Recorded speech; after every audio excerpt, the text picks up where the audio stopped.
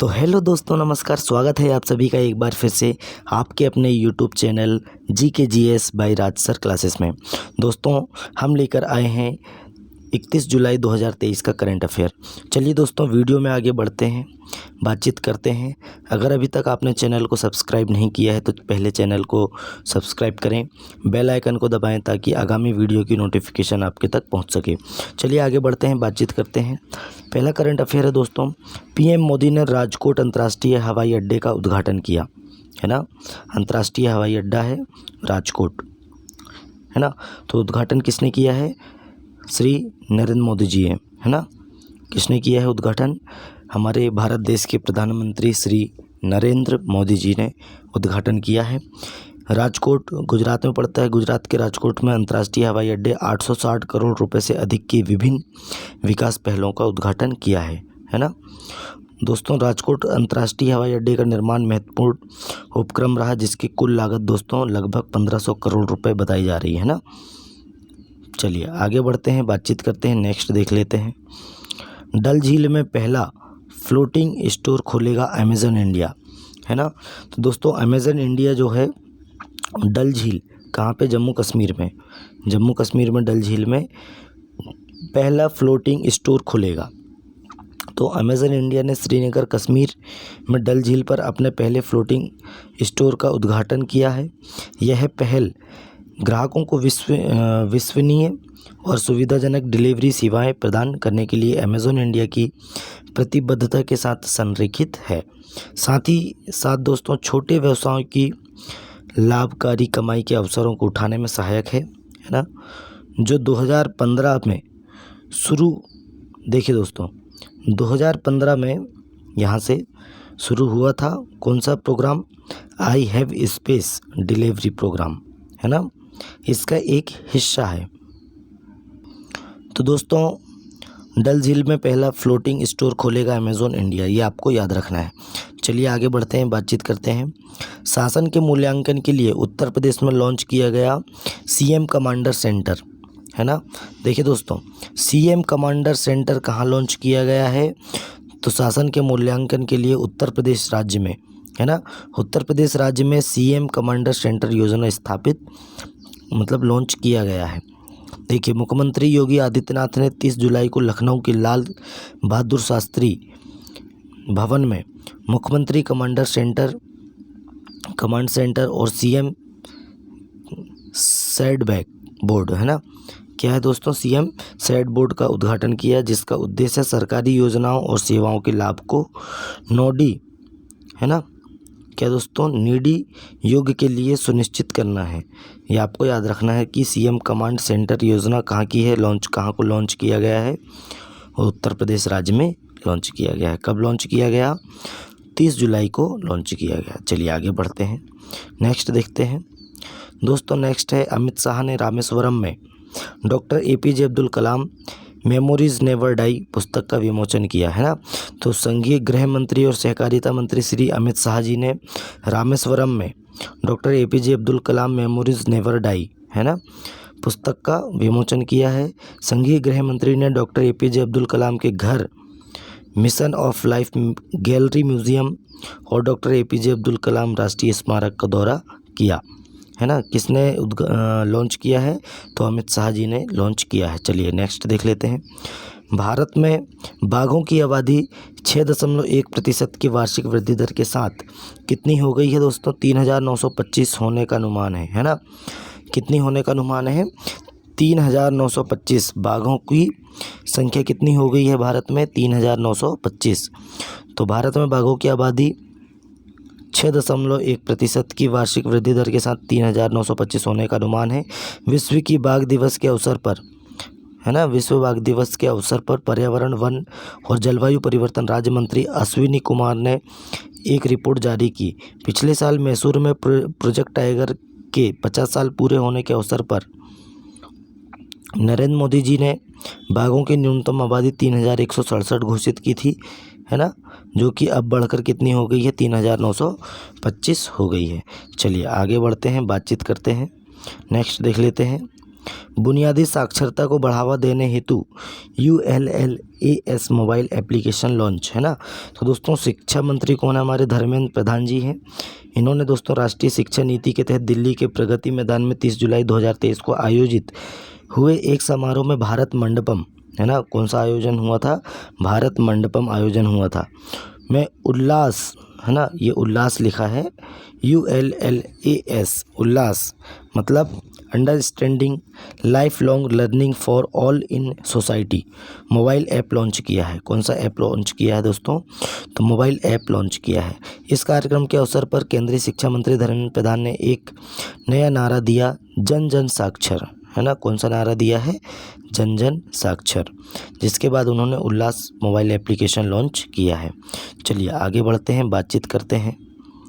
देश भर में शुरू होगा मेरी माटी मेरा देश अभियान, है ना। तो दोस्तों ये अभियान क्या है देख लेते हैं।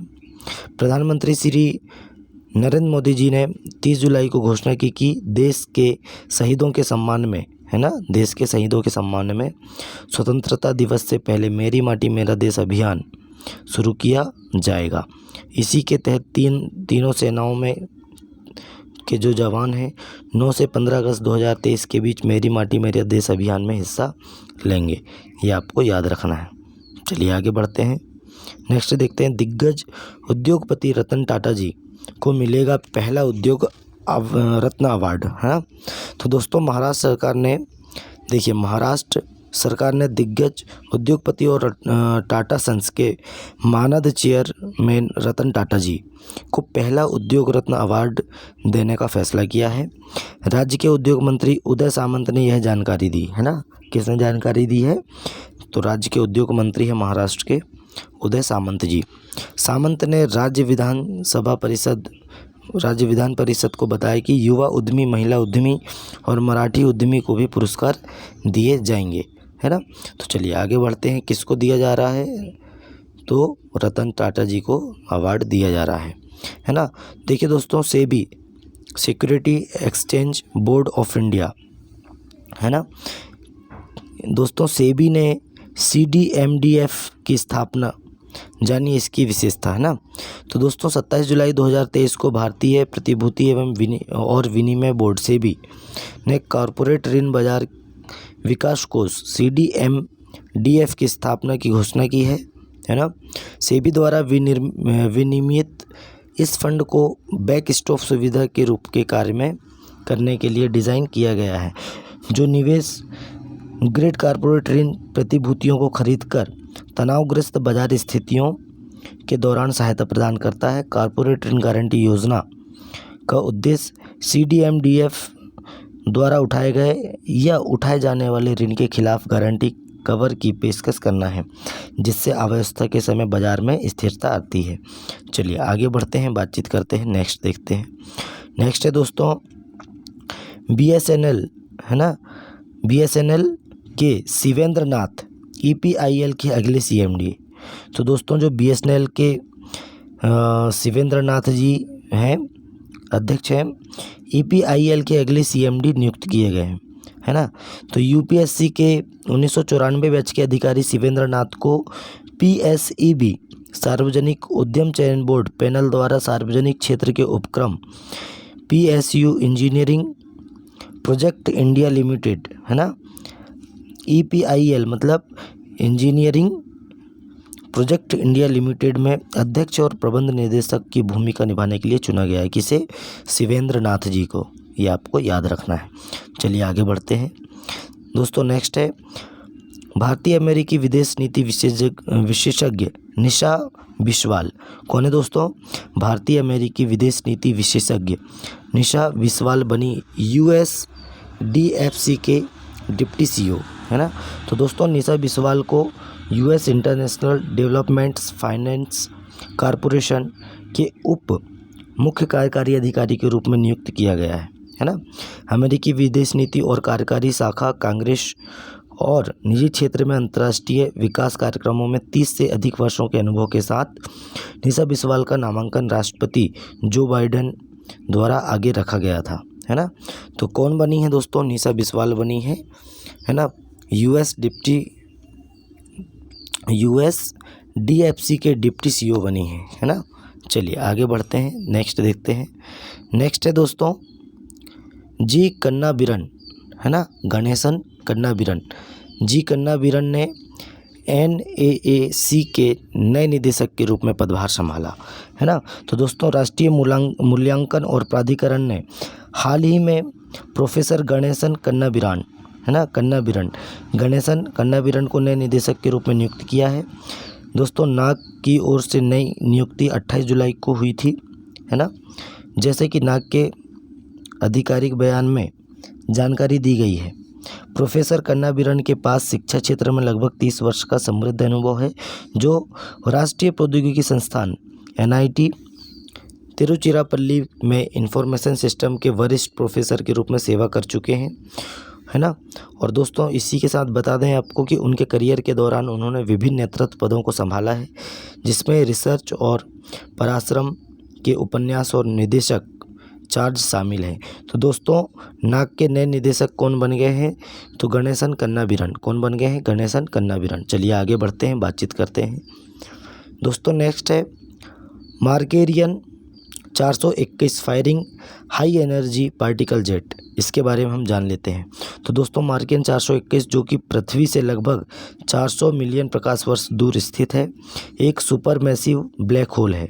क्या है दोस्तों, सुपरमैसिव ब्लैक होल है मार्केरियन 421, जो पृथ्वी की ओर उच्च ऊर्जा कण जेट छोड़ता है। मार्कियन तारामंडल में लगभग 400 मिलियन प्रकाश वर्ष दूर स्थिर ब्लेजर अपने सक्रिय गैलेक्टिक नाभिक के लिए जाना जाता है। और दोस्तों हाल के उत्सर्जन ने वैज्ञानिकों को आश्चर्यचकित कर दिया है ना। तो दोस्तों मार्केरियन 421 firing high energy particle jet, इसके बारे में हमने पढ़ चुके हैं। चलिए आगे बढ़ते हैं, नेक्स्ट देख लेते हैं।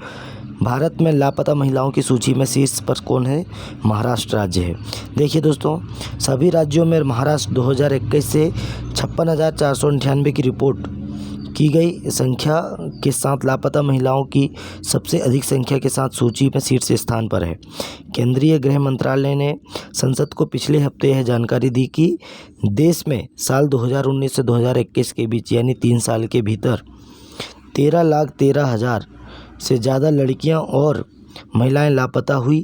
केंद्र सरकार ने जो आंकड़े संसद में रखे वह राष्ट्रीय अपराध रिकॉर्ड ब्यूरो इसके हैं, है ना।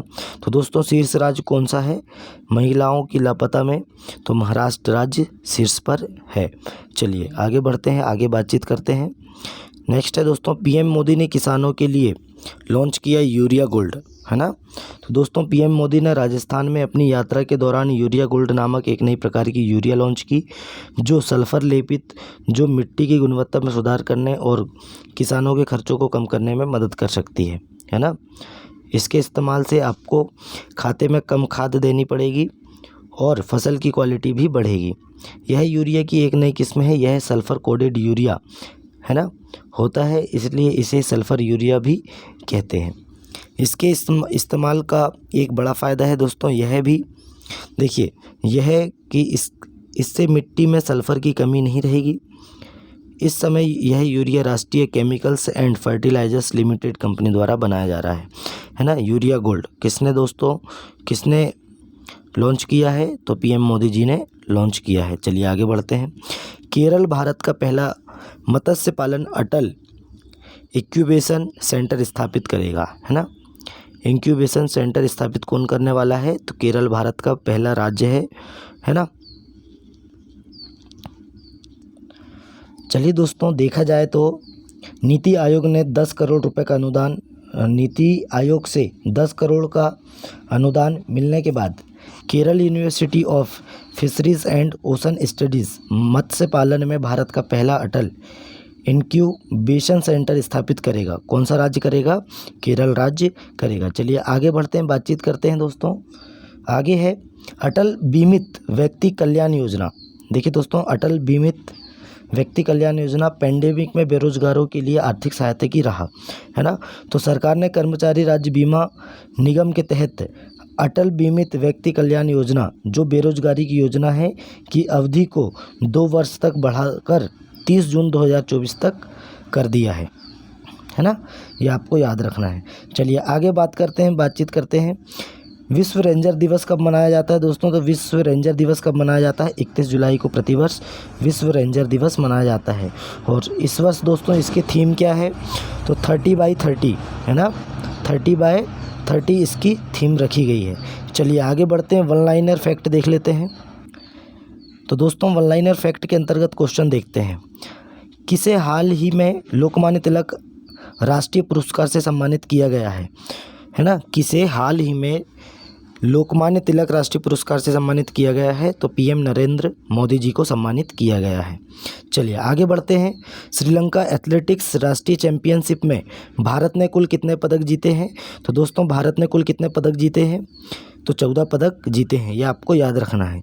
श्रीलंका एथलेटिक्स राष्ट्रीय चैंपियनशिप में भारत ने कुल कितने पदक जीते? तो 14 पदक जीते। किस भारतीय अमेरिकी को अमेरिकी वित्त एजेंसी की उप मुख्य कार्यकारी अधिकारी के रूप में नियुक्त किया गया है?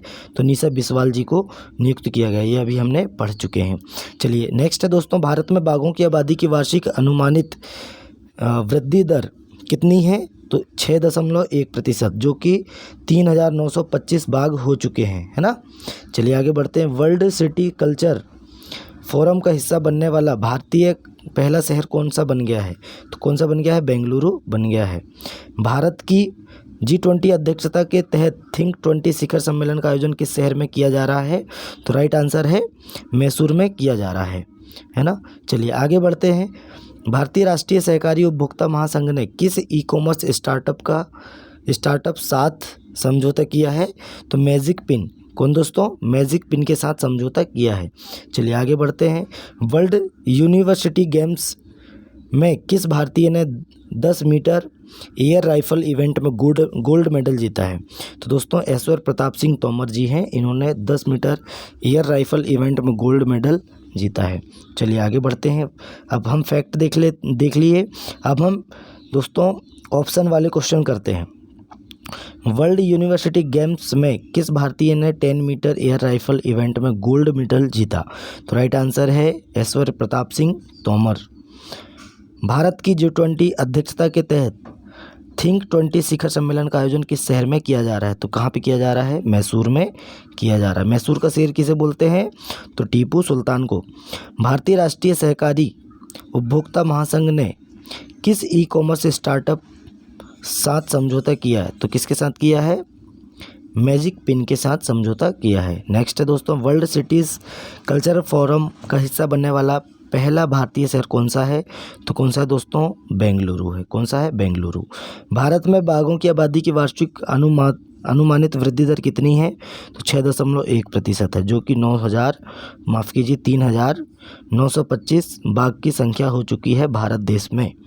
चलिए आगे बढ़ते हैं। किस भारतीय अमेरिकी को अमेरिकी वित्त एजेंसी की उप मुख्य कार्यकारी अधिकारी के रूप में नियुक्त किया गया है? तो राइट आंसर है निशा बिस्वाल जी को, है ना। चलिए आगे बढ़ते हैं। नेक्स्ट देख लेते हैं। श्रीलंका एथलेटिक्स राष्ट्रीय चैंपियनशिप में भारत ने कुल कितने पदक जीते हैं? तो राइट आंसर है दोस्तों 14 पदक जीते हैं। तो दोस्तों आज का वीडियो यहीं समाप्त करते हैं। कैसा लगा करंट अफेयर हम ऐसे ही लेके आते रहेंगे। कमेंट करके बताएं कैसा लगा वीडियो, और अपने दोस्तों में ज़्यादा से ज़्यादा वीडियो को शेयर करें, लाइक करके बताएं, और दोस्तों चैनल को सब्सक्राइब करें। चलिए मिलते हैं नेक्स्ट वीडियो में। जय हिंद, जय भारत।